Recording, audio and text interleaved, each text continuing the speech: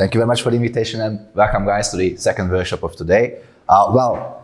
Today I believe we're going to discuss a very interesting topic which is super important for all of you guys. We're going to discuss B2B sales, and within B2B sales we're going to discuss the very first stage of the sales process, B2B sales prospecting. So this session is not about how you can close deals, but how about having your emails recognized and opened and replied to. Okay, according to statistics, 42% of startups fail because there is no market need for what they are offering.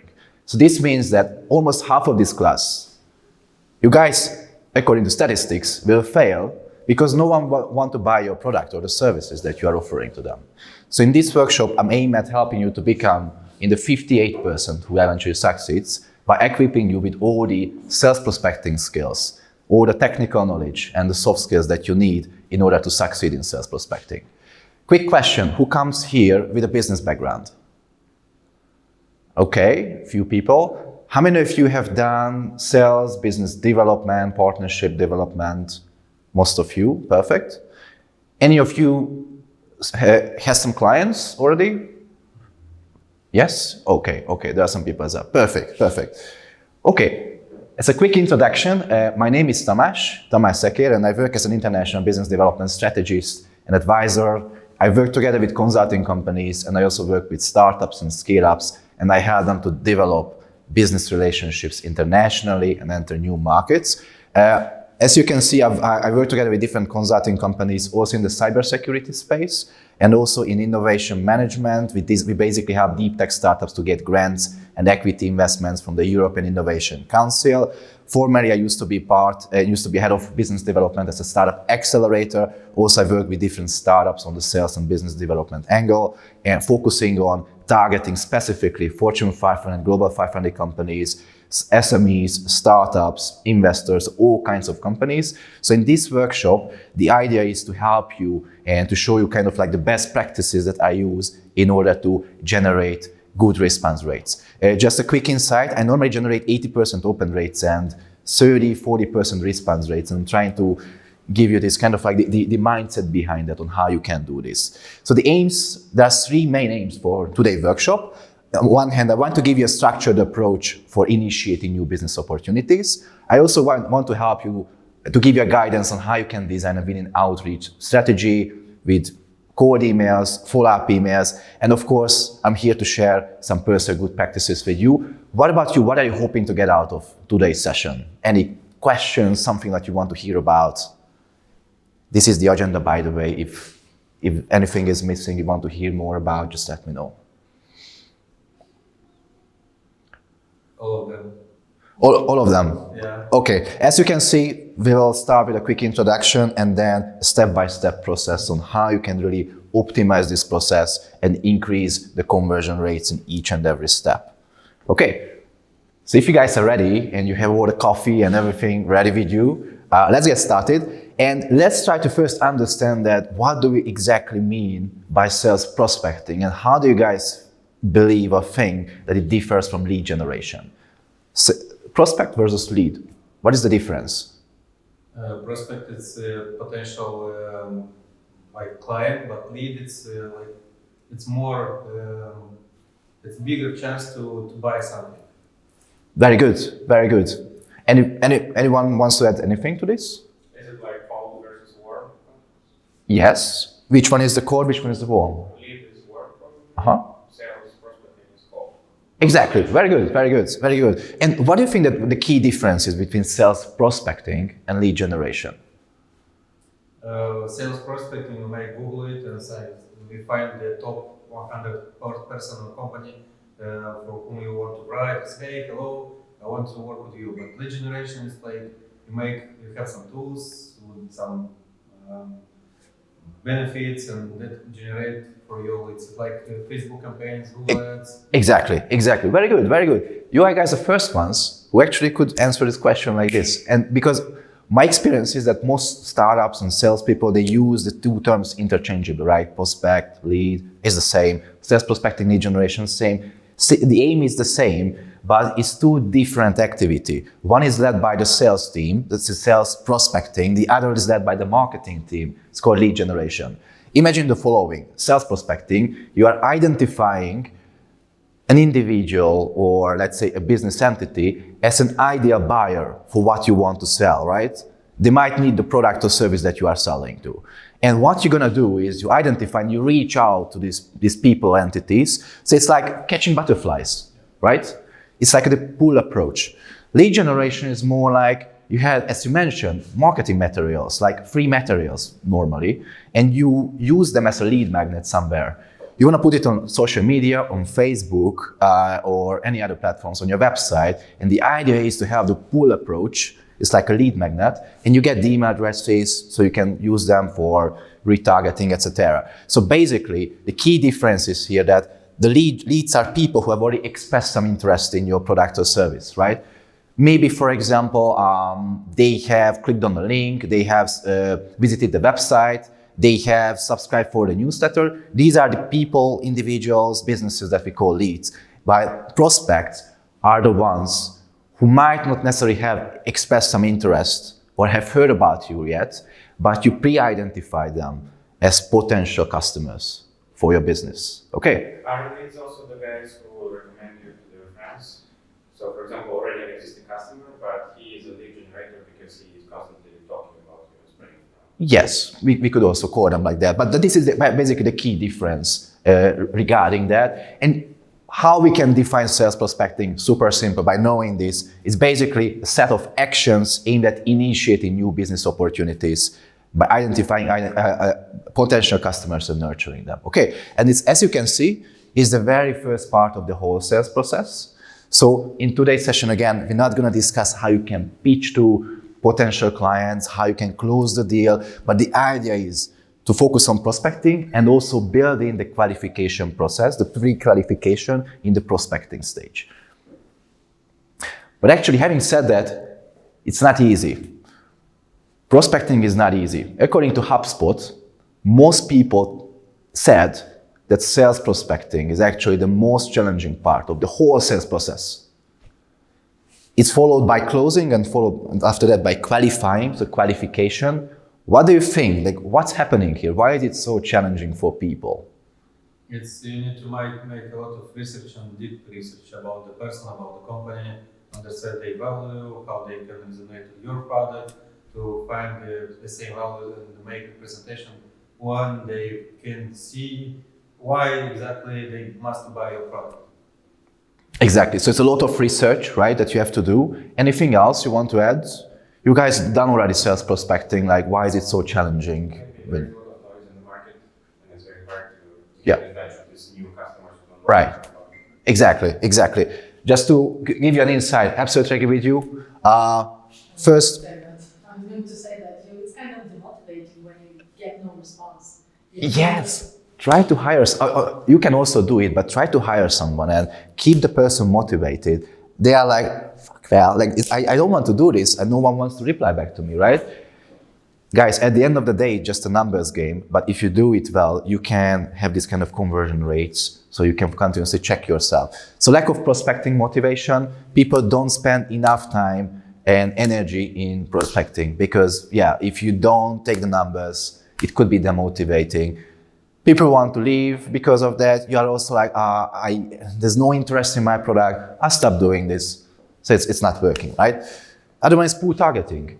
It's actually happening that many people shoot too low in the organization. Like, you're talking to associates, as Gergo mentioned yesterday, with the VCs, it's not a problem because you have to start there. But when you really we are talking about sales prospecting and targeting the right clients, you really have to find the right decision maker who will eventually sign the contract with you. Might not necessarily be the end user, but the decision maker who has the budget to pay for what you're offering. Insufficient outreach, giving up too early, well, definitely it's people don't follow up enough, right? People just don't use other channels to connect with the people, and they give up too early. According to statistics, it's pretty crazy, and I don't think it's super valid because you can also do it easier, but just the statistics, because it's a numbers game. It takes 21 meetings to close one deal. It's a lot, right? My longest sales is 3 years. Yeah. And also, depending on who you are targeting, with governments and large corporates, it could be actually 6 to 12 months, the whole sales process. Can you, as a startup, can you exist in like 12 months if you cannot close deals? It's challenging, right? And how you can gain early traction. Super challenging. But of course, with SMEs, with small size enterprises, it's faster, but still. And lack of research and customization, as you mentioned, well, yes, like how can I find them? And shall I automate the process or shall I personalize the process? Which one to use? I'll tell you examples on that and maybe to give you some idea of how you can do it in your whole own processes. So here's a question that, okay, knowing this is challenging, how you can actually succeed. Well, I've developed the process, 5-step process, nothing special basically. I mean, I guess you also do the same, but the idea is that we're gonna basically assess each and every stage in sales prospecting and see how we can optimize these processes and kind of, if possible, how we can also automate the processes. Okay, so from identifying the right clients to following up the cold emails, we're gonna discuss all these processes in sales prospecting. The first one is the identifying the right clients. And here comes my recommendation. You guys mentioned that you already have some clients, right? And who else has clients? Only you. And you as well. Yeah, you as well, of course. So my recommendation to you guys, try to use your existing clients. First of all, make them happy. Make them super happy. And try to turn them to be part of your sales force. The idea is that if you make them happy, they will be happy to support you. They don't want to lose you. Because it's so challenging to find the right provider and I want to support you. These guys will be happy to give you testimonials. 90% of your customers, if they're happy, they will be also happy to give you testimonials, to use them, and also case studies. And they will also be happy to refer you to others in the market, unless they are competitors. But you know what I mean. Refer you to other organizations and people. So the idea is to get testimonials and referrals that you can use in sales deck, you can use in the website, and you can use as a sales tool and marketing tool in different portals when you do the communication. And here is kind of like a pro tip that I want to share with you. As a startup, don't focus on revenue generation first, focus on getting the first clients. Okay. What we also did with iScale Hub, we offered many free workshops, for example, to get the best names. For example, University of Oxford. When we did the UK market penetration, we looked for the best, one of the best universities that is known by everybody in the ecosystem. University of Oxford. We offered them a free workshop. Why? To build the relationship with them and show them what we can do. After that, we asked for testimonials and case studies, and we use all these materials in all our sales emails, cold emails, follow-up emails, all the channels on the website, in the brochures, everywhere. Okay, because they will see, but once you set the best player in the market, you give them something either for free or just a free trial or discounted price, and they are happy, use the name, because everybody knows the name. So use them as your sales force. And you can also consider, if you guys are working with international companies, Visa, for example. If Visa is present in Moldova, for example, or Ukraine, and you work together with these guys, they will be actually happy to present you to Visa in Germany, which is another entity, but the same company in another country with different P&L. Okay, so again, more money for you, same client, same company, but different operation, different entity in another country. They might have also similar challenges. But of course, if you guys are starting, and you also need to continuously identify that who exactly could be the ideal customer for us, try to do the following. Try to have an understanding of who exactly you are targeting, the company size. Are you targeting large corporates, SMEs, startups, investors, hospitals? Who are you targeting, for example? The industry, the annual revenue, try to also define the revenue, the employee count. If the startup, for example, if you're targeting startups, how much money they have raised, for example. Okay, try to have an understanding of these characteristics and also try to have an understanding of their behavior patterns. Are they price sensitive? Any kind of cultural characteristics that I need to take into consideration. Try to have an understanding of this. Have you guys heard about the band qualification in sales? A long time. Band. It stands for budget, authority, need, and time. This is a qualification tool that you can use to understand whether the prospect has the right budget to pay, the authority, the decision maker, need, whether it's actually, they have a need for what you're offering and it's very timely for them to buy it now or in 6 months. And I'm using the band qualification before I start the prospecting by, on one hand, on LinkedIn, I follow influencers or decision makers at companies, because these guys are authority decision makers. And if they share something about what the guys are doing, they might have need and time, and most probably also the budget. And if you have all of this, they will most probably choose you unless the competitor has a better advantage and better benefits and everything. So that's why, and they have the reason to reach out to those guys because they posted something, you read an article, etc. I also check news and articles and also like social media posts of different companies to get some news of what's happening, because then I can check this and this, maybe to find out the authority, and most probably they also have the budget if a company is looking for something.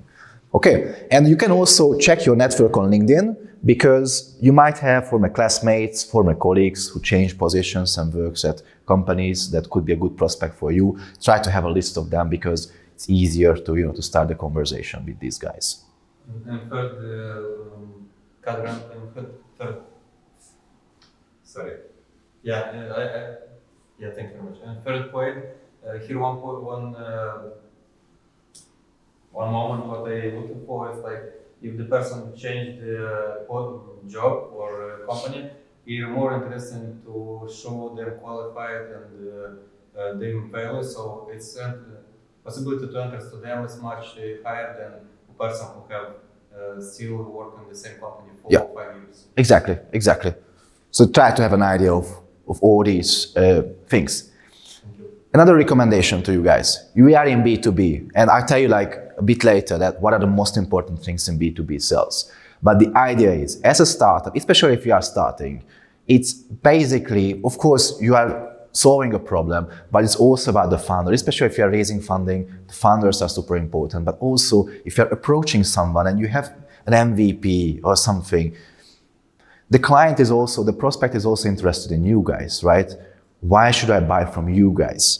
So build credibility on different social media channels. I suggest you to change for the creator mode on LinkedIn. Okay, why? Because you can kind of like become mini influencers in your certain industry, and you can communicate with hashtags that what are the big topics that you are talking about. And you can also, it will be changed for followers, so people can automatically follow you instead of sending you a connection request. And you can also have a featured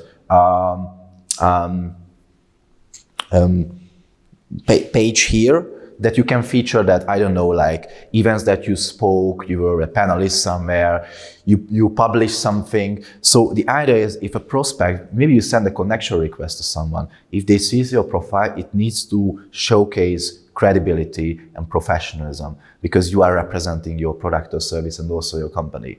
In B2B sales, super important, okay? So that's why the creator mode could maybe help you with that. I'm also using it a lot and so build the LinkedIn profile accordingly. You might ask the question that, okay, how can I identify, once we set the characteristics, what are the pages I can use? So on one hand, when I was targeting Fortune 500 Global 500 companies, I used the Fortune list.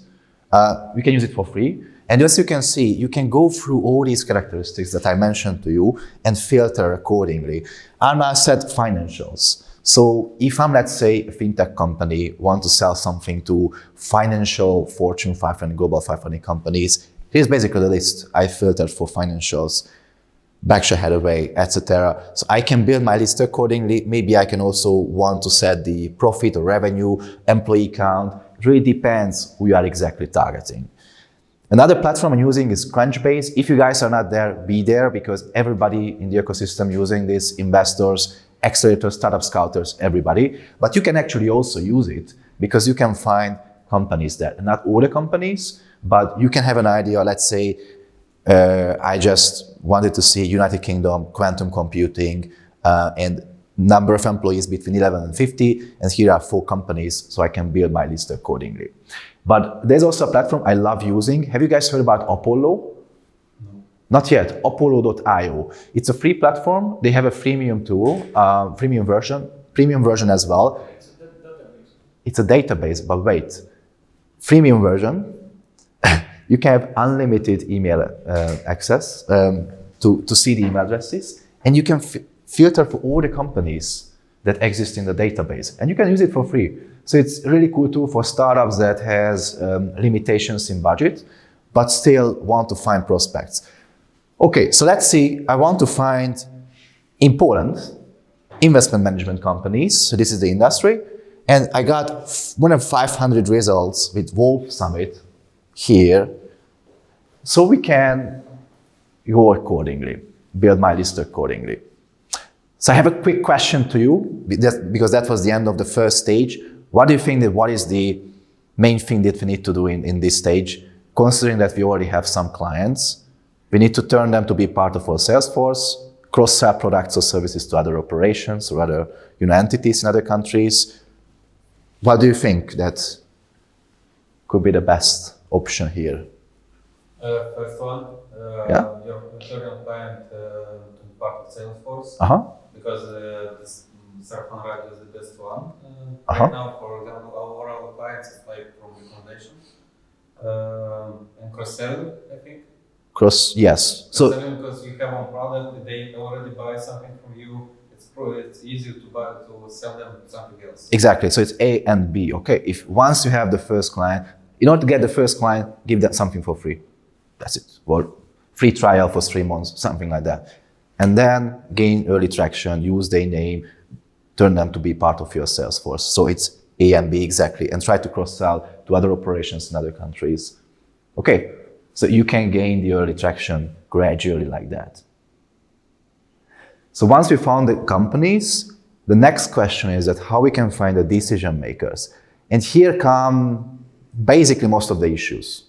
Because the root cause of the unproductive sales prospecting is the lack of understanding of who exactly we are selling to, right?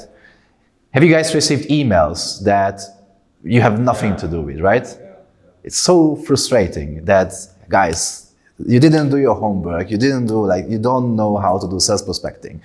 And now, since we also have the GDPR and all the regulations, now it's becoming more and more serious. We're going to discuss also that one. But the idea here is understand your buyer. And before you do anything, guys, I want you to do something like this, user persona types. Super, super important. At least some user persona types that, how do you imagine your ideal buyer? If these guys are, so what is the department? What is exactly the position? Try to also imagine the life of this person, the demographic details, right? Maybe a biography as well. But what is important is the goals and the frustrations. Goals, what are the targets, the professional targets of the person in the job and the KPIs? And what are the pain points that gives them a barrier in order to achieve these targets and KPIs? Because your product or service has to be a painkiller, not a vitamin.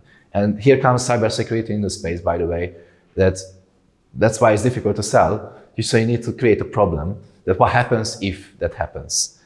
But because the thing is that if you can have a painkiller here, these guys can achieve the targets and KPIs. If they are employees, they will get bonus or promotion. They will be also happy in their personal life. If these guys are like shareholders, I mean, you can help them. They can make more money, sell their business later. Cybersecurity, you can create, they don't know the frustrations yet. So you need to create problems and tell them statistics of what might happen and what would happen with the business. So in order to minimize this, the risk, they need to use the platform in order to grow their business. Shareholders, even the CFOs, because the CFO is also in trouble with that. So try to have an understanding, also the preferred channels, LinkedIn, email, what works in Moldova, what works internationally. We need to really understand all these things and the right keywords to use. Manager level, shoot for that, and what are the platforms where you can find it? Well, if you guys use LinkedIn Sales Navigator, it's a good start, but I know it's expensive.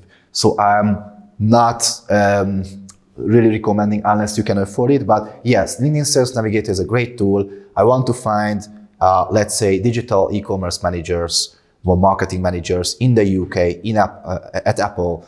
I got 7 results. Richard Hollage, head of digital marketing, Apple online store, EMEA at Apple.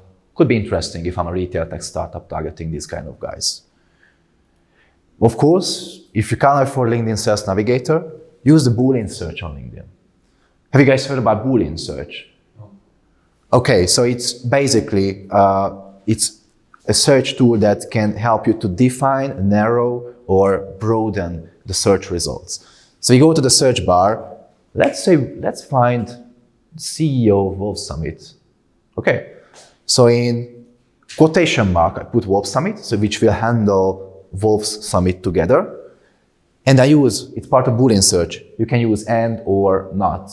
So use and in brackets, we put CEO or Chief Executive Officer. So it will find all results that has Wolf Summit and CEO or Chief Executive Officer on LinkedIn. So we got 5 results. And what I'm gonna do now, I'm gonna filter for Wolf Summit here as a company. So we got Michael. Oh, Michael, where's Michael? And Tamas. But since Tamas, he used to be a CEO somewhere else, but he also had Wolf Summit in the position. So it seems to be Michael is the CEO, right? So let's check Michael's profile. Oh yeah, so it seems like he's the CEO since 2019. Okay, it seems like he's a good decision maker for if I'm targeting these kind of guys, right? So I can add him to the list. But let's get back to Apollo, because you can also use Apollo to find decision makers, a lot of decision makers. So you still remember, right, that we checked Poland, investment management, Wolf Summit, and all the other companies are here.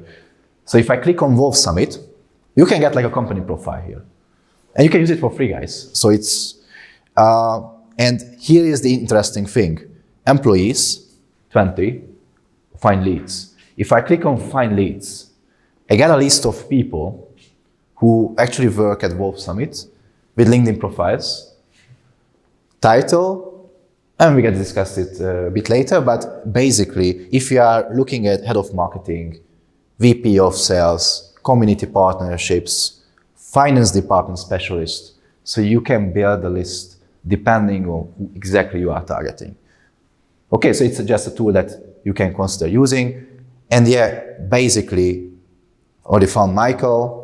I put, what you can also do, if you go to search, you go to people, and let's say I want to find the CEO of Wolf Summit in Poland, and I already found Michael, so I can add him to the list. Huh? You know that? He's not here, so. But of course, yeah, of course. Okay, another question. So what is the number 1 step in this stage in order to find the ideal point of contacts, guys? What do you think? In creating user persona to understand better Exactly. for who you sell. Exactly. Do not start any sales prospecting before you do that, because you might do spamming and you might also have troubles with GDPR, and you don't want that because you can shut down your business if someone reports you. Okay, focus on this. Any questions so far, by the way? For me, it's all clear. So these are, believe me, these are like simple steps, but as you can also see and experience, 99% of businesses don't care and they just, you know what, I don't have time. Let's just send all the emails out and see who replies. It's not a good strategy. We want to increase the conversion rates, okay? Open rates, response rates, and we need to do all these steps in order to do that. Which can basically help you to do the product market fit, the validation of your product in existing and new markets, because you get some market feedback. So once we have the list of point of contacts, the idea is to find the email address of the point of contacts. Do you guys send emails to info@domain name? So info.kuka, I don't know, the general email address? Yeah, I found it. Before this, I use email account, Yeah. And for example, you go to orange.com and you see all the emails and who you can find in the public. Yeah. But this is like it's not good perspective. Yeah. My recommendation: don't use general email address that starts with info, hello, la la la. If you really don't find anyone, and it's a small organization, like up to 10 people, you can try, because most probably it will be also by the decision maker, C-level professional, it will be viewed. But if you're targeting like large corporates, no point, or even like companies with more than 100 employees, no one will reply, to be honest. So the idea is to find the email addresses of the point of contacts that we listed. So let's find Michael's email address. Michael, you are not here, but we'll find you. So what I'm using in order to find this, I'm using different platforms. To be honest, some are free. So this is not free, the Overloop. It only has premium package. But Apollo, as you see, I use it for free. Also Hunter and emailchecker.net. I'm using different variations in order to find email addresses. I'll send you this slide, so you will receive all of this, okay? So you don't have to take pictures. And so if you use Apollo.io, I opened Michael's profile, and the idea is that if I click here, that access email address, I found mike@wolfsummit.com, and this, if you see it here, it's green, which means that the email is verified, so you can send Michael an email. So, Mike, you are not here, but we found your email address, so expect to get some emails. Another thing that you can do is to download the extension of Apollo. And if I go to Michael's profile and I activate the extension, I click on access email address, mike@wolfsummit.com, again, and it's green, so it's again verified email. I can just add it to the list and reach out to Mike. Here's another tool, it's hunter.io. I use it more or less, sometimes when I'm really struggling, especially with big companies, on what could be the structure of the email. If you put the domain name here, apple.com for example, find email addresses, and it analyzed more than 3,000 emails, based on which we found that the most common pattern is first initial of the first name, last name @apple.com. So if I can kind of like have an idea of what could be the email address, but is it verified, not verified? Let's find out. Because I also use emailchecker.net. And you can put the email address that you are guessing or found somewhere, mike@wolfsummit.com, check, and the result is okay, the email address is valid. Okay, it analyzes all the structure of the email and everything. And some other recommendations that I have in here is that most probably, you guys are startups. So I think that your email address is your first name @companyname.com. Is it correct? Yeah, kind of. Yeah, gotcha guys. But normally, when it comes to shooting at large corporates, it's normally first name dot last name @domain name, or Apple case, first initial, last name, first initial dot last name, something like that. In Asia or China, they also put numbers there. It's harder to guess. But in Europe, it's pretty easy to guess, and also in the US.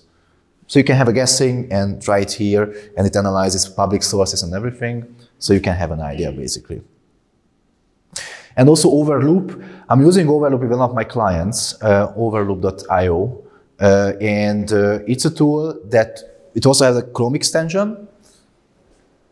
Again, Michael's profile. So what the extension is doing, it analyzes the first name, the last name, and the domain, the organization domain. So Michael, last name, and the organization domain. And guess what? I went to find email address. I didn't find anything. What do you think what was the problem? Oh, because the email is short name. Like, You remember yeah. I needed to change the first name because it took the first name from here. I needed to change the first name to Mike. And then mike@wolfsummit.com, 100% confidence score. Yes. So again, another tip. Mike. Gergő, my partner at SKUB, his name is Gergő, but his email address is Greg. Elizabeth, Liz. James, Jim. Thomas, Tom. try to think of like, nicknames, so the shorter version of the name, because sometimes this is what the person is using, and then go back to email checker and check whether it exists or not. Okay, it could also be a case. And also sometimes the domain name changes, especially in case of the startups. If the startup got acquired by a company, they change the domain name. So you always need to see that what's happening in this space. So these are like some things that you can take into consideration. And in Overloop, this is Michael's profile. So it's created from this contact from extension, all the details, but we're gonna discuss this in the cold email stage. And why I like Overloop is because you are spending, guys, a lot of time on building these lists based on the criteria that you need. And it also takes some time to find email addresses. And this application can do bulk search of email addresses. So basically, I imported all the contacts here, I highlight the contacts and find missing emails. And basically the program can automatically add the email addresses of the people. And basically these are verified emails. So it also shows the confidence score. And 70% of cases, it finds the email addresses. And in that 30% of the cases, I need to do it manually. Okay, but still a lot of help for you. The idea is to optimize and automate the processes and to shorten the sales prospecting stage. And here's another tip that I wanted to share with you guys. If you go back to Apollo, how you can actually basically export 500 or 100 contacts within 1 minute. It's like, if you really understand the ideal buyer, you have done your homework with the user persona types. Let's say I want to find in the UK, in the higher education space, innovation managers who are founder, partner, head, director level, decision makers. I found 300 contacts with innovation directors at different universities, which is, for Ice Club, it's perfect, basically. I select them, 25 selected, and I click to export. And in export, I click at export verified emails, only export as a CSV. So the format will be CSV, confirm, I got the CSV file. So I'm gonna go on Google, I put CSV to Excel, I convert it, I upload it, and basically I can build my list within 1 minute with all the relevant decision makers, last name, country, position, organization, email address, phone number, LinkedIn profile, website, everything 1 minute. But in order to do this, you really have to identify the user persona types with all the characteristics. And you can build a list like this. So this is just an advice. Another advice, ChatGPT, you guys are using it, right? Yeah. Perfect. Basically, I tried different stuff. I asked that what are the best people to approach at the aerospace companies when promoting engineering solutions? Poof. Engineering and or R&D managers. And it even tells me that they may be interested in engineering solutions such as prototyping and generative design to help bring new products to the market, or for engine development to improve performance of existing products. I can build the keywords in my emails and see the pain points and problems. What are the biggest pain points engineering solutions are addressing? Improving product design, increasing efficiency, reducing costs. So again, I understand the pain points, and based on which I can build user persona types and understand how to market this service or product. Another thing, I also tried that, can you create a list of 100 relevant prospects in the innovation management field working at UK universities? Here are the people. Again, it's like a former version. Now, since they are updating the versions, it's becoming more and more strict, and it has some limitations. And it's only has knowledge until September 2021, if I'm not mistaken. So if you want to find the current decision makers, they might not be there. So we need to wait for some sort of updates. But still, you can try using it. And I also could manage to build a list of 50 deep tech startups in Spain that could be relevant for the European Innovation Council Accelerator. Could you also please list the CEO, CFO, CTO of the companies with email addresses if possible? And I got the list. Now the program is like, doesn't really want to put the email addresses. So it's getting the limitations, but still the idea is to try to use ChatGPT as an intern, as a trainee, who can support you with the list building. Okay, so you can try all those things. Yes. Yes, so again, do not fully rely on ChatGPT, but ChatGPT is like a free or trainee that you pay $20 per month and can help you with inputs, but you as a manager have to double check ChatGPT's work, but can really fasten up your work. So guys, what do you think? The email address of the prospect you found is not verified. So what will you do next?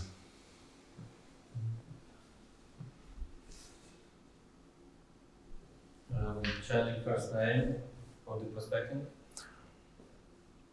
First name? Yeah, first name. Only the first name? Everything. Everything? Why? Everything can be wrong. But yeah, it's actually first name because most probably, as you showed us an example, maybe Mike or Michael. And then maybe email address format, maybe reversed or something. Yeah. And then First name dot last name, first name, first initial. Yeah. the domain name is less likely to be wrong, but you never know. It could happen. With me, it happened many times, especially with small companies, startups. When you got acquired, the acquiree's domain will be the new one. So you might need to change it. So it's all of them. All of them. Any questions? Is it clear so far? So we got until this stage that we have a full list of prospects. Yeah. Yep. So ready for the next. How we can write cold emails. And in order to do this, I think it's very important to start first there to understand what is exactly B2B sales and how it differs from B2C. How would you guys define B2B and B2C and what are the key differences here? For B2B, I for example, make all emails custom made. So especially if I talk about the high ticket or big company like Orange or something like that. Rest of them, I just define the same type of company or same type of the needs, and I write the same kind of generalistic, but to the pain points of the emails.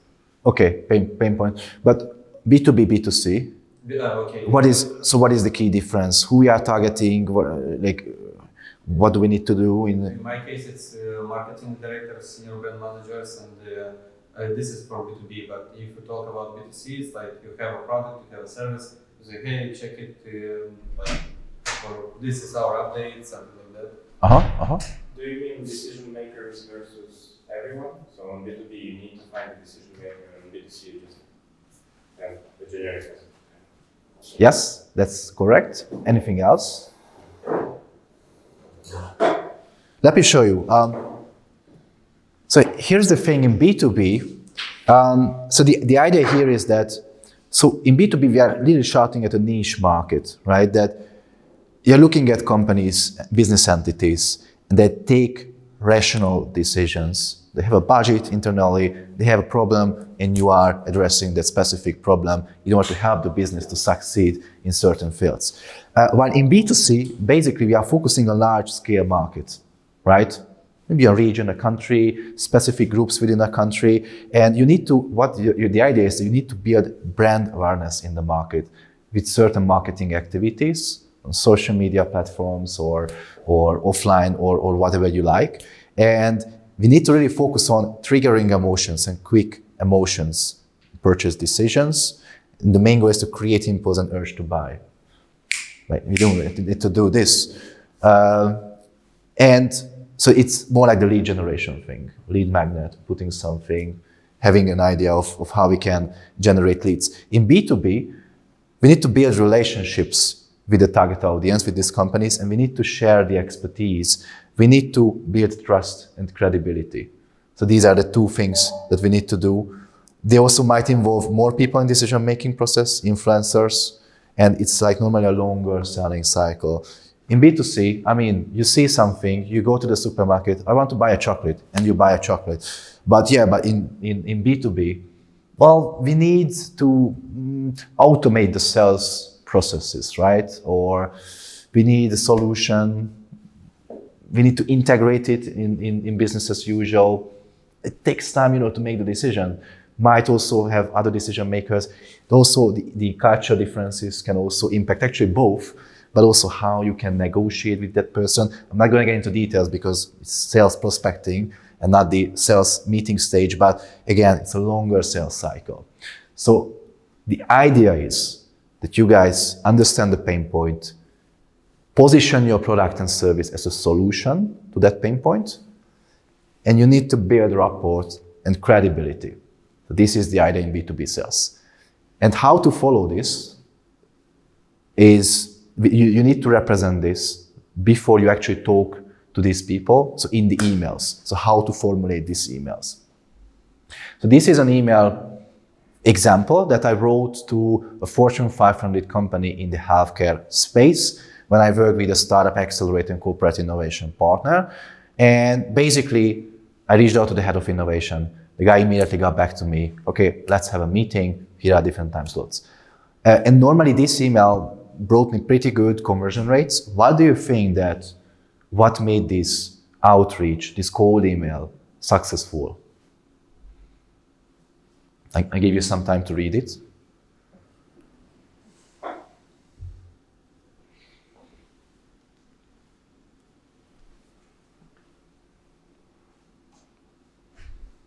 You start with a common point between you and him, I guess, right?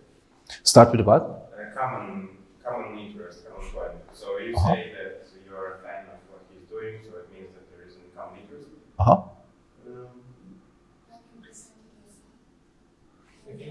What I do, yeah? For me, it's the first part. We already work together with Dutch Fortune. Traction? Yeah. Shows me that you have experience and Uh-huh. you know what you're doing. Credibility, right? Traction, rapport, credibility, yeah. Anything else? When it's call to action, you told him to, if you feel that he somehow can contribute to your organization. And you're coming with clear things which you could do together. Allows him to understand that there is reason in collaborating with you. What am I doing differently than other salespeople who are sending out emails?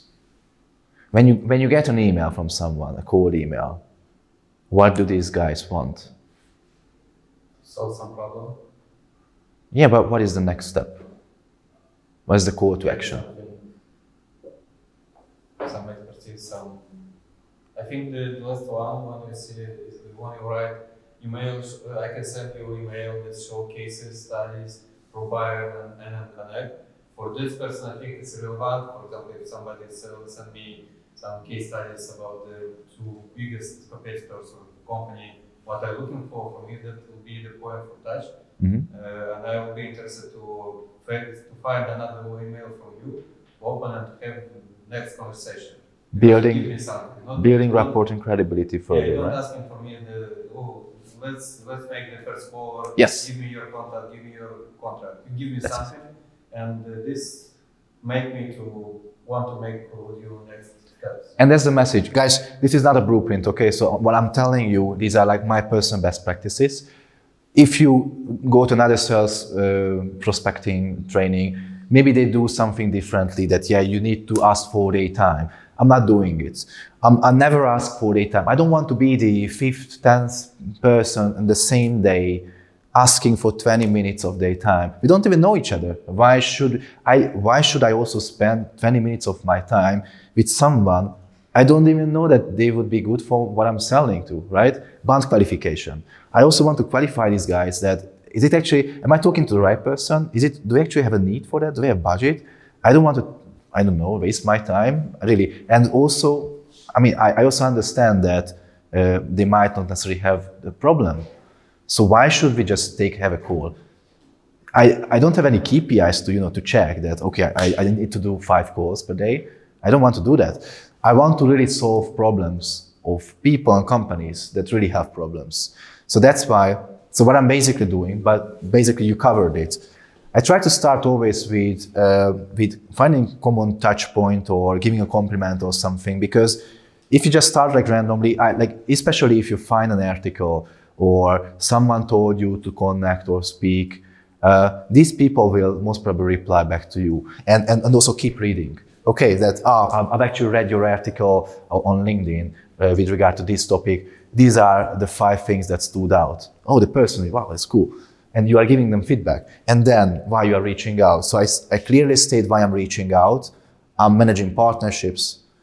This is what we are doing. And that's why it's important to have a clear value proposition of your company, because how we can basically help. So we can connect these guys with game-changing startups in healthcare, and they can integrate the best ideas so they can eventually get further value to their products and increase customer engagement.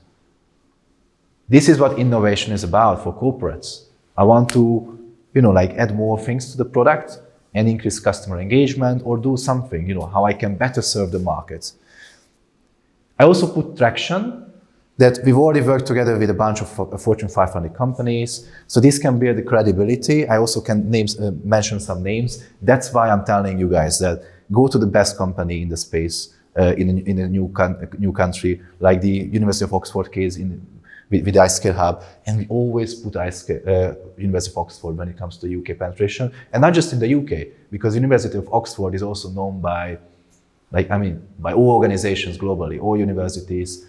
So we can use the name. And what I'm doing, I'm putting the band qualification here. I'm asking a question. Do you think we can contribute to your innovation programs? I ask a question. I expect that these guys will answer the question, right? And get some information that, do you guys actually have a problem? Does it make sense what we do? Can we actually help? I don't want to sell anything. I want to facilitate the customer buying steps. And instead of asking for their time and asking for their attention and interest, I can send you an email showing 2 case studies that could be relevant for you. But these should be relevant case studies. In healthcare, so Bayer, NN could be interesting because we connected them with healthcare startups, health tech startups. Real, the companies which you mentioned, you really work with them, or? Yeah. No, I used to work with headquarters.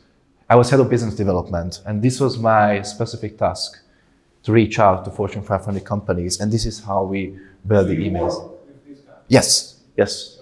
Yeah. I'm not lying. So these are relevant cases. Yeah. These are relevant cases that you can use. Of course, build the case. That's why, in order to build early traction, give away some stuff for free or discounted price. Get those good names and use them to shoot at the market. That's the idea. Yeah? You don't have?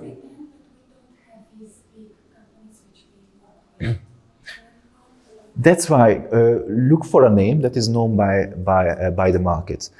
If you are in the Moldovan market, look for a name in that specific industry which is a well-known name, and it gives, it's also like in networking. Instead of asking for something, offer something first. It's like the mindset is different. First, offer something to the best name in the market, get their name, make them satisfied, get some testimonials, case studies, and get the name. The name for you guys as a startup is more important first, to get a very good reference. After that, put them in the emails, sales deck, website, everywhere. So that's the idea. If you check our website on iScale Hub, we have references for University of Oxford, Technion, University of Barcelona, Bocconi University, all the best universities. We put them on the website, and then it's very easy to, hey Gergő, to really penetrate new markets. Okay. So again, just try to look for an interesting name. This is a fancy name, and go there. You don't necessarily have to give something for free. Just try to think that how you can give them value that they would appreciate, even like a discount, just something extra. Okay. And this is what I've already mentioned. I just leave it for you here. That some of the key things. Again, these are not blueprints. If you check the internet, if you go to other sales training sessions, they might have different recommendations. These are my best practices that you can put in action and see how the market reacts. And you potentially also need to change or fine-tune certain things. This is also another example. I work with a Spanish international innovation consulting firm, and we are targeting deep tech startups in Europe. And again, how to use similar logic in the same email. You don't see it, but how I texted them is that I initially believe that you could be a potentially good candidate for some funding programs. If you guys are startups, someone reaches out to you, telling you that you could actually be a good fit for an EU funding program, you are like, fuck yeah, let's have a chat, I'm interested. And then I tell them that what I'm actually doing, we can increase the success rate with your proposal, and you can get grants up to 2.5 million euro, free money, no equity taken. Again, some traction part, we've raised more than 57 million euro from EU funds. And again, a question, I want to pre-qualify them. Do you think we can contribute to your fundraising goals? Are you actually raising funding? Not all startups are raising funding. And I can send you the latest European Innovation Council Impact Report that tells you that how the EIC is supporting these companies and how the companies are performing afterwards. As a startup funder in the deep tech space, this is what you need. So basically what answers I get, please send me the report, let's have a call, or if they don't get back to me, I'm sending them a follow-up email with the EIC Impact Report, giving them some more value and free material away. So you send this report even if the person didn't answer to you? Yes, in the follow-up email. We'll discuss that, but I send them because it's value for them. They not tell me that fuck off, but it's a valuable material. It's like in marketing and lead generation. You use something that you give away for free. I'm using it with prospecting as well in the follow-up emails. Thank you. And this is what will help you to build rapport and credibility, the two most important things in B2B sales.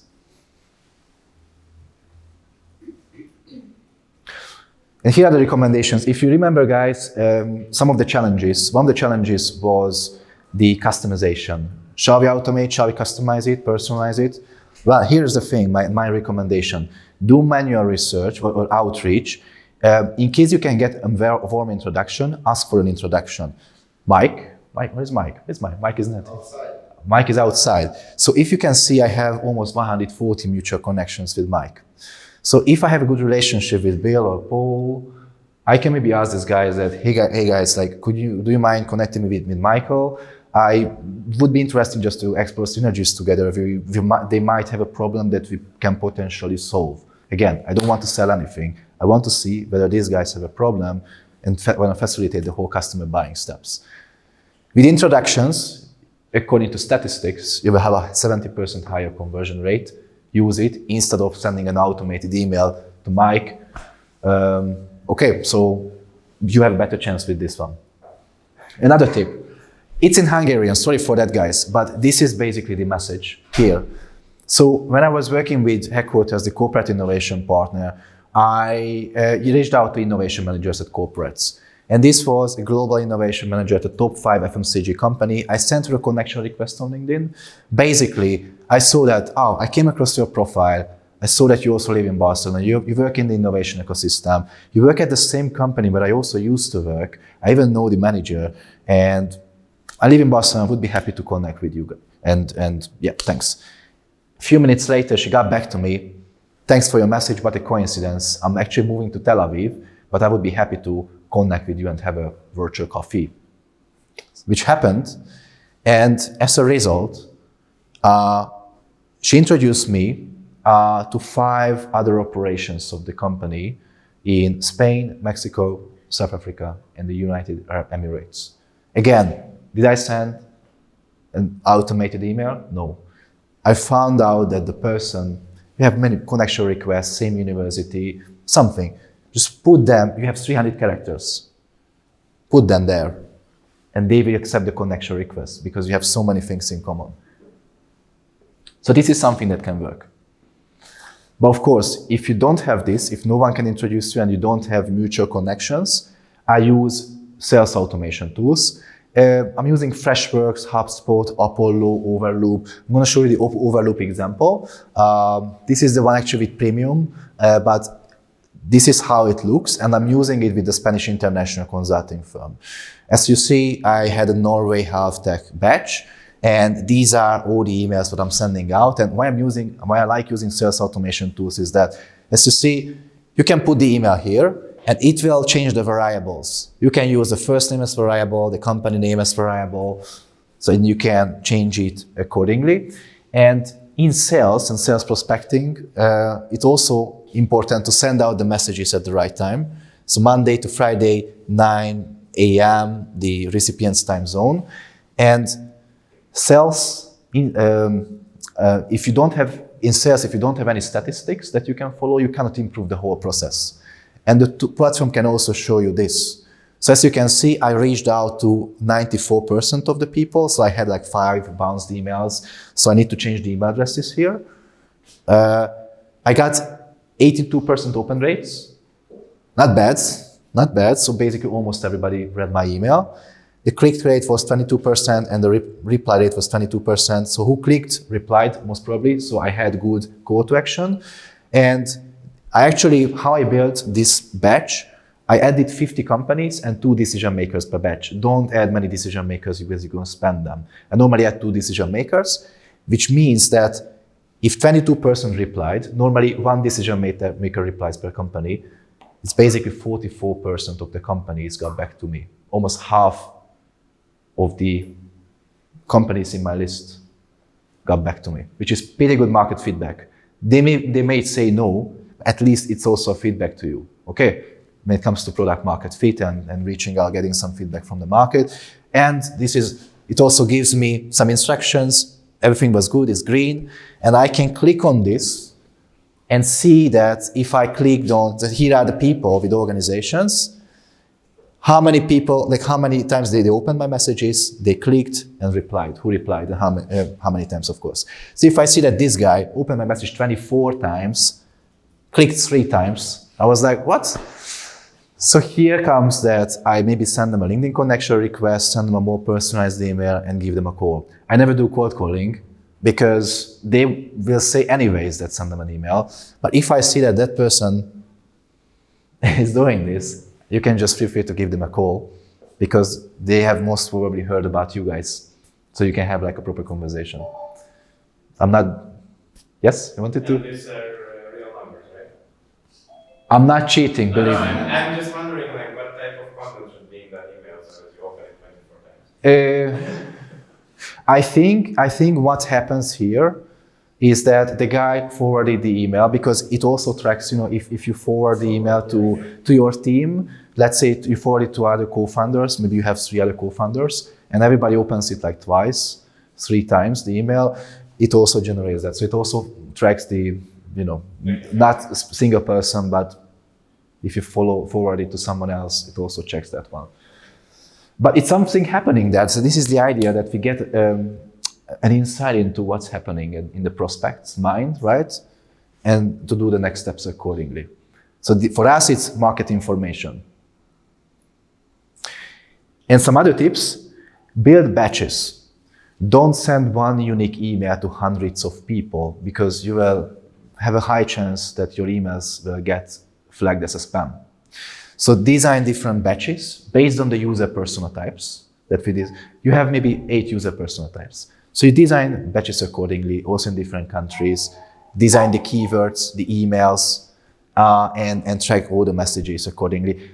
Iterate the batches, so see how the different batches perform, who are the best user persona types that react to your messages. Then you can scale that one. And also the messages, first email, second email, third email, fourth, what are the best performing emails? Maybe you need to iterate, like change something on the emails. And the idea is to scale to first, when you are testing different markets or user persona types, don't add many people, add 50 people. See how they react.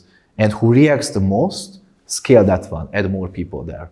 And this is how you can build the things. It's same with advertisements actually. Don't you put all your money in one thing. Have different little advertisements, different communications, keywords, pictures, and that brings you the biggest conversion rate. Scale that one, put more money in that. I know that if you're sending more than 50 mails, if you're sending box mail, Google can like put it in style. So for simple email address is 24 per hour. Per hour? Yeah. Per hour? Yeah. Is it Google? Yeah, for example, our domain No, don't give us permission to send more than 24 per hour. Okay, interesting. I didn't have problem because I'm using sales automation tools. Maybe it's different because but if you do it manually, I guess. Yeah. Okay, I think it also depends on the domain, maybe, what domain you are using, and all these things. Subscription. Yeah. Google there is different. Yeah. That could be an issue. Yeah. So that's why I design unique emails. Okay.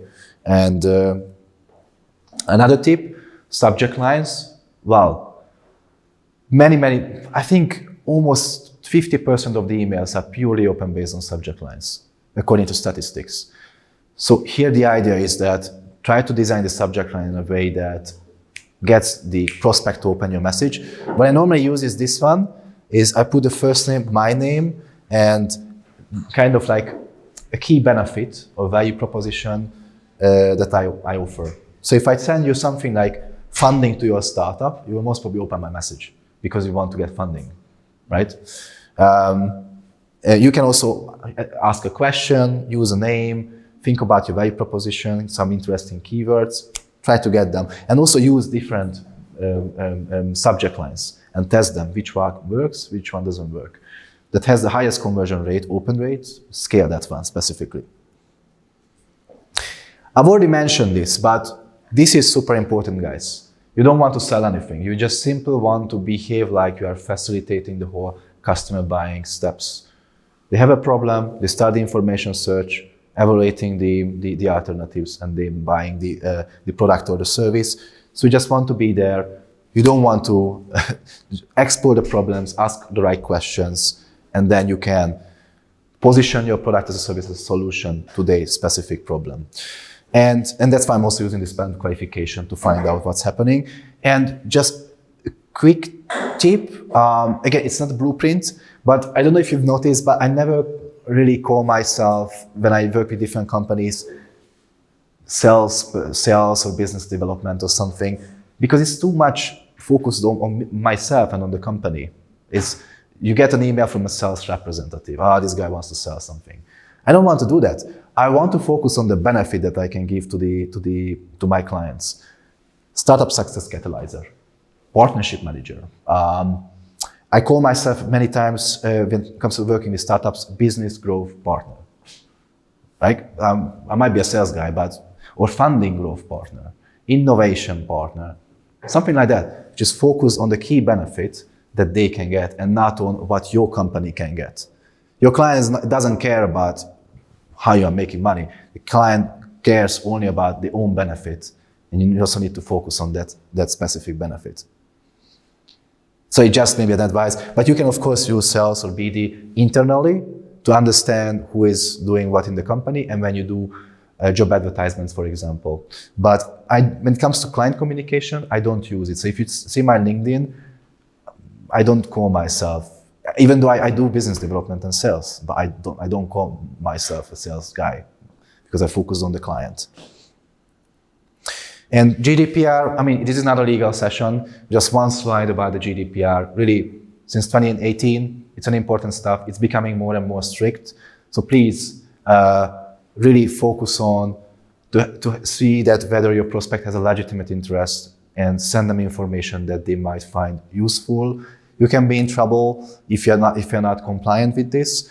Actually, at the DICECAP, we have a legal branch with a legal specialist. If you have any questions, let us know, we can help, or turn to a legal person who can help you with that. It's important, again, just to have an awareness. Include your name, the address also in the email, just some tiny stuff. I don't want to discuss this in more detail. It's just for awareness that be compliant with GDPR. Yes? What does it mean? OPT out and Singapore? Yes, opt-out. So opt-out means that is unsubscribe. So you always have to include an unsubscribe. If you do the automation, always have an unsubscribe at the end of the email. If you don't have it, it's an issue. Or if you do it manually, always put it there at the end that, hey, if you're no longer interested in hearing from us, just let me know and I take you out of the list. This is how you can do it in a compliant way. If you don't have it and you keep sending them emails and you can't even unsubscribe, so it's be compliant. Again, have like a 1 hour session with a legal specialist just to have an understanding of this, because you can be in trouble. Okay, it's very important when you do this. It's less issue with marketing because with lead generation, you can get an email just for free material. But when you do sales prospecting, reaching out to someone with a cold email who have never heard from you could be an issue. So you have to be smart on how to do this. So this is the question regarding that. So if the overall open rate of your email sequence is above 80% and the click rate is 5%, you will most probably have to refine your what in the Subject email. line and email copy. Just one thing. One. Email So copy. the email, Email copy. Yeah. Subject line is good, 80% of open rate. It's pretty good. Rate. Yeah. 5% Email click copy. rate is a small number. So what do we need to change? Email copy. Email copy. So using the right call to action, right, in order to get the prospect to click on the website or the material that you are sending them, something like that. And last but not least, how you can follow up the cold email that you sent out. Here's the issue. Most salespeople never follow up. How many times do you guys follow up when you send out a follow up? Do you actually send out a follow up? No. You don't send out follow up. What about your conversion rates? Open rate, response rate? It's hard to say. I didn't check. You don't check? Do it, because this can help you to optimize and the whole sales prospecting things. How many times do you guys follow up? Not for sales. Not for sales? Not for sales, but 2 times. 2 times, okay. So here's the thing. So most salespeople, more than 75% of salespeople never follow up, which is a lost opportunity. And according to HubSpot, actually 24% of sales emails are opened, 20% of the prospects are followed up only, and 5 emails sent to a prospect gives you 1 reply. So just keep this in mind. And also, if you see these statistics, as we can see that it's basically that how many people opens and replies on the same day. So when you send out an email today, a cold email, those people who will actually open your email and replies, they do it on the same day. If they don't hear from them today, they will most probably want to do that. So when do you follow up? I tell you, it's just to understand that you need to follow up, because maybe they are ill, they are on holiday, they have too many emails, they lost your email, they got in spam, the cold email. It can also happen in spam. If you follow up, it will get to the inbox. So we need to follow up. And here are my recommendations. I normally wait 2-3 days, rather 3 days to be honest, before I send a follow-up. Why? Again, holiday, too busy at work, business trip, anything can happen, right? If you are too pushy, you lose them. So don't be super pushy. I wait 3, even like 4 days before I send them a follow-up.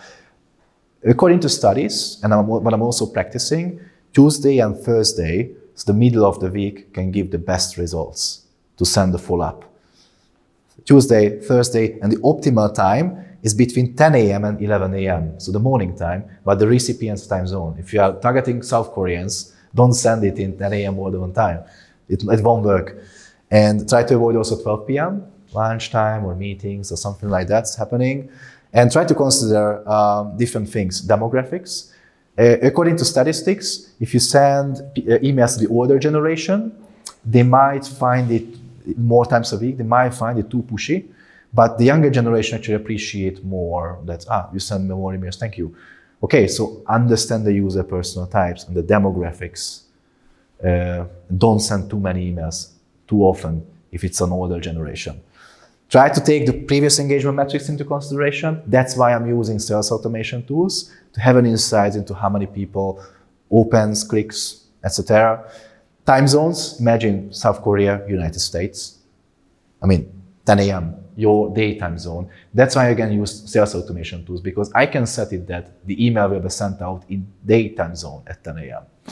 And cultural differences and regional differences as well. Let's say Dubai, if you have prospects in Dubai, the weekend in Dubai is Friday and Saturday. So you don't want to send emails on Friday, but you can send emails on Sunday. So try to take all these things into consideration. Next one is the frequency. So how often should we send a follow-up? And here comes a crazy statistic again, that 80% of non-routine sales occur only after at least 5 follow-up emails. Do you guys follow up at 5 times? Not really. 5 times. Exactly.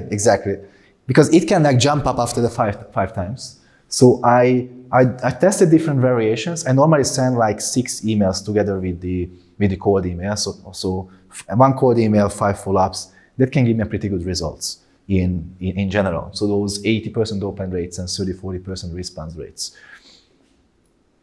And here's a good structure. I've tested different ones. This is something that you can consider using. I'm also using some others. Again, it's not a blueprint. Check your own audience and see what works and what doesn't work. But you can wait 2 days, 4 days, 7 days, 14, 30. The idea is to give them more and more time. Not just I follow up every second day, but give them more time always. Well, I also tried this one. I use it with startups, with the younger generation. With bigger companies, I wait 3 days, then I wait 4 days, then 7 days, 14 days, 30 days. So, and then in between follow-ups, I use multi-channel approach, LinkedIn connection requests, all these things, checking the metrics, who opens how many times, doing all these things. And the email copy, here my recommendation is, guys, don't just send an email that I'm just circling back, just wanted to follow up my previous message, inquire if you want to have a call with me or you had a chance to read the email. This is not something that gives value. Remember, well, rapport and credibility building. So what I'm doing is I'm always giving value in each and every email when I follow up.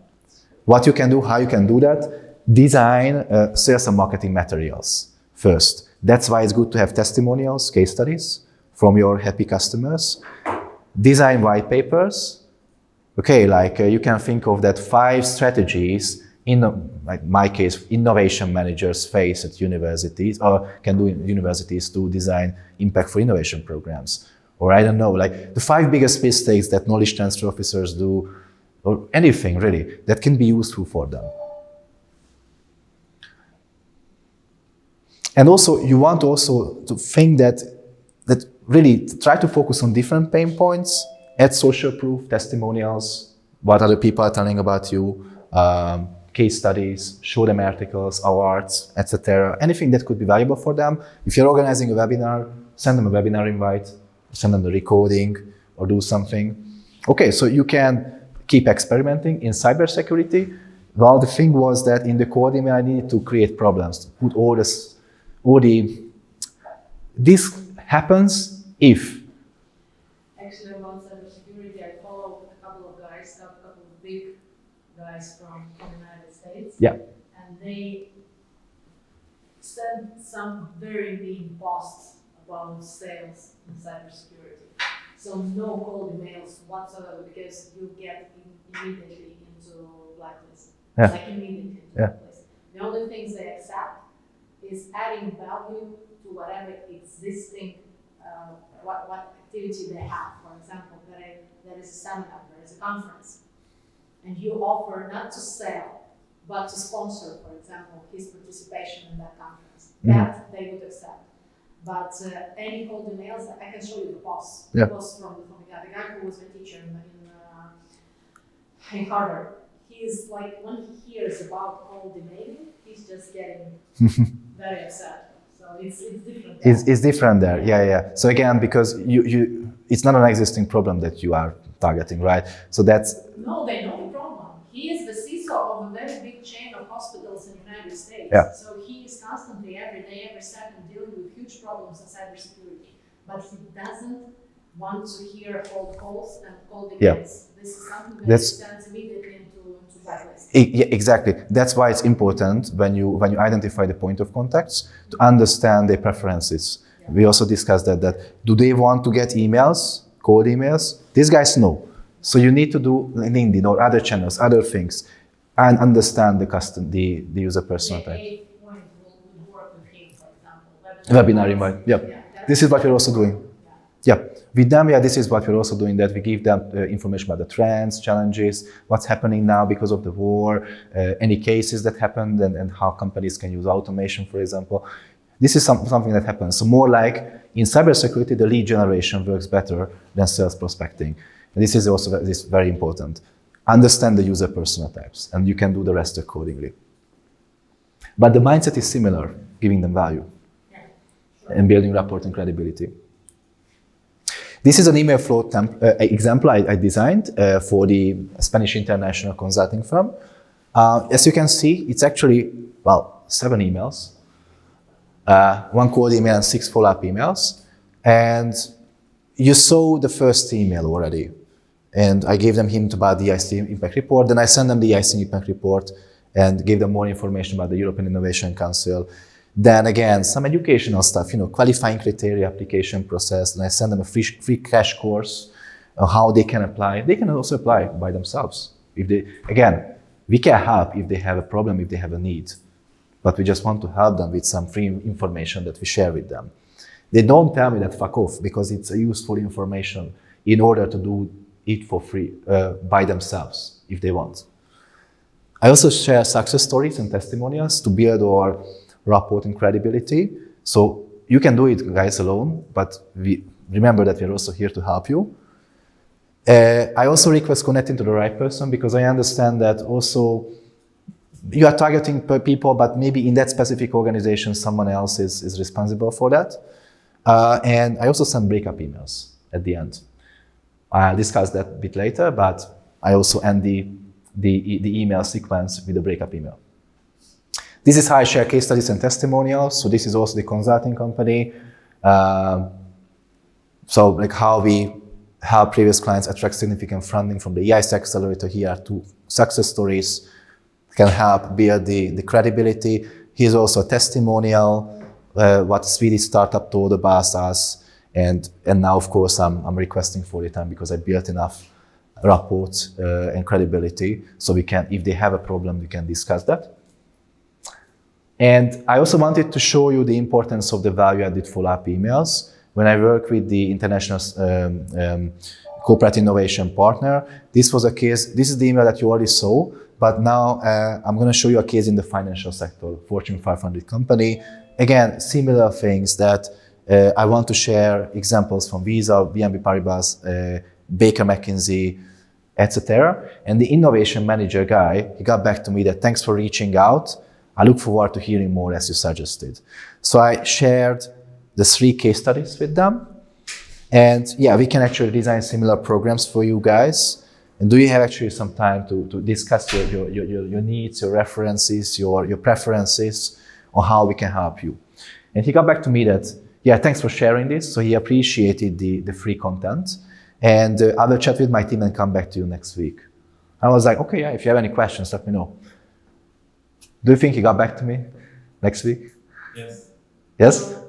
No. Yes, of course not, right? Classic situation. So what can you do if you don't hear from the prospect? I was like, he's a lead actually, not a prospect. Depends on the perspective. So I was thinking that how I can follow up this email. And actually we organized a webinar, and I sent him the webinar because the webinar was Headquarters X FinTech. And we discussed topics such as emerging trends in fintech industry, women's inclusion in finance, next-gen payment experience. For an innovation manager in a Fortune 500 company in the financial sector, this is interesting content.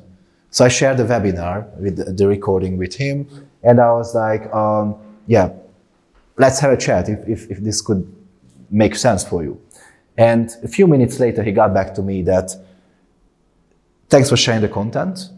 And yes, it would be good to have an introductory chat. And let's catch up on the 8th of June. And he's happy also to send me a Zoom invite. Perfect. So try to think of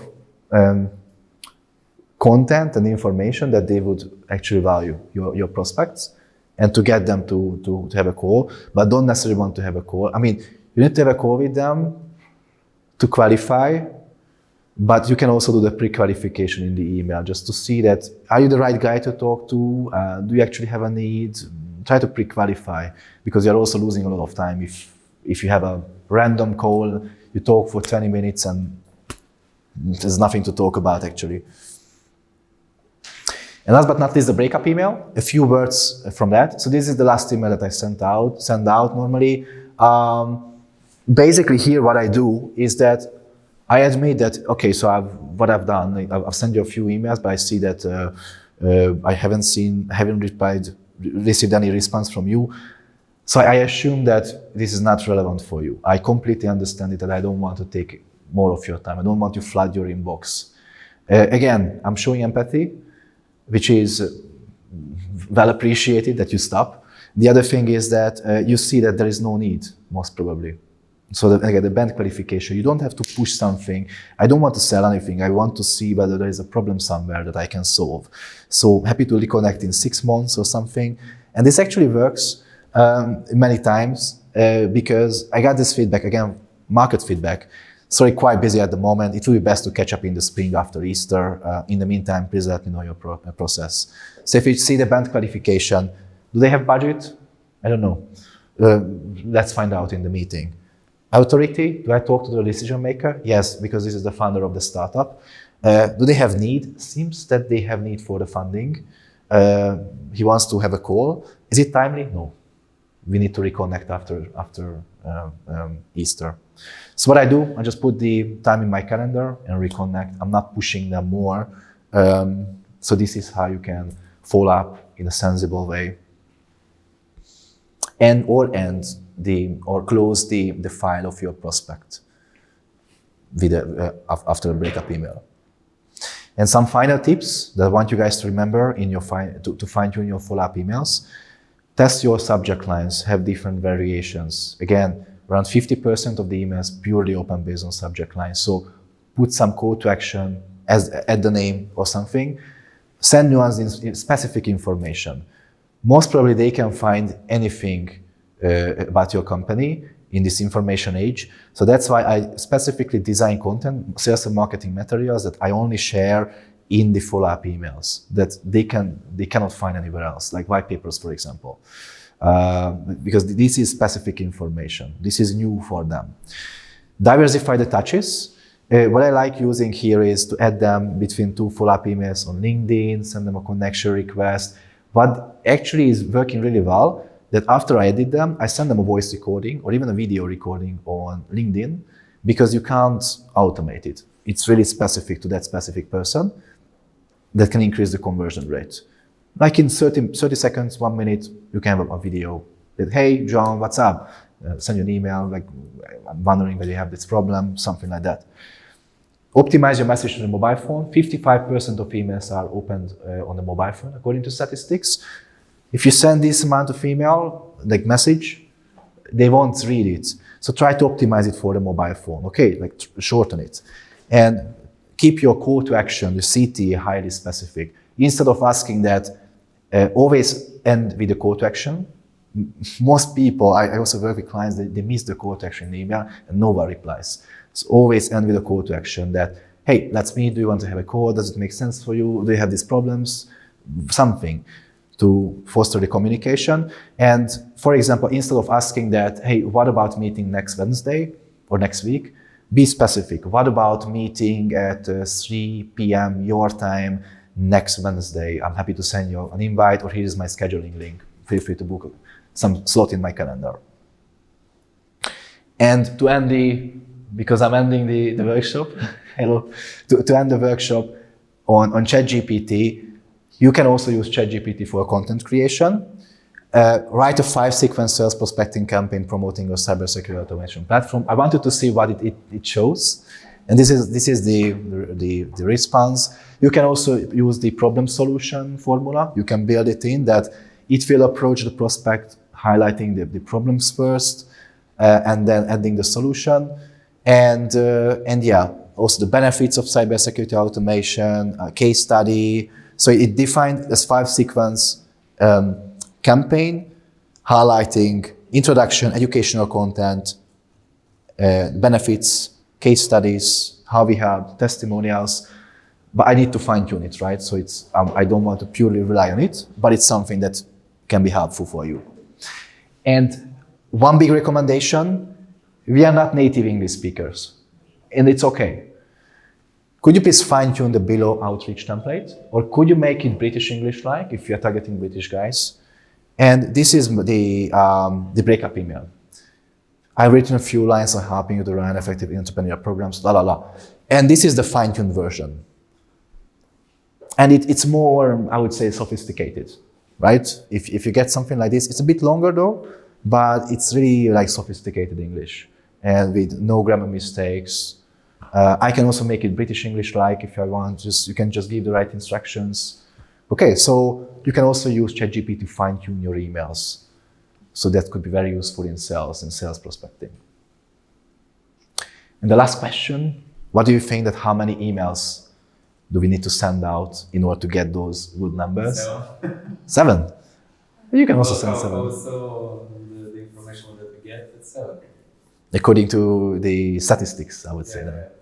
After the 5th one, you get. After the 5th one, so it's like together with cold email. So 5th follow-up, 5 follow-up and 1 cold email. So it's at least, so again, it's statistics, it's not a blueprint. I'm not telling you that you send out 6 emails and you have 80% conversion rates. I'm not telling you this. It's something that based on statistics, this is something that works, but it depends on your industry, your target audience, user personal types, how you write the emails, and you continuously need to fine tune it. These are like industry benchmarks, not even industry benchmarks, sales benchmarks that you can follow. And that was the session today. Thank you very much for your attention. And I know it's sales prospecting could be challenging, but I think it's an exciting journey and just wanted to give you an insights on best practices and techniques on how I do it. I'm here. We also have the mentoring session, so happy to discuss this further and hope you found the session useful. Thanks. Thank you.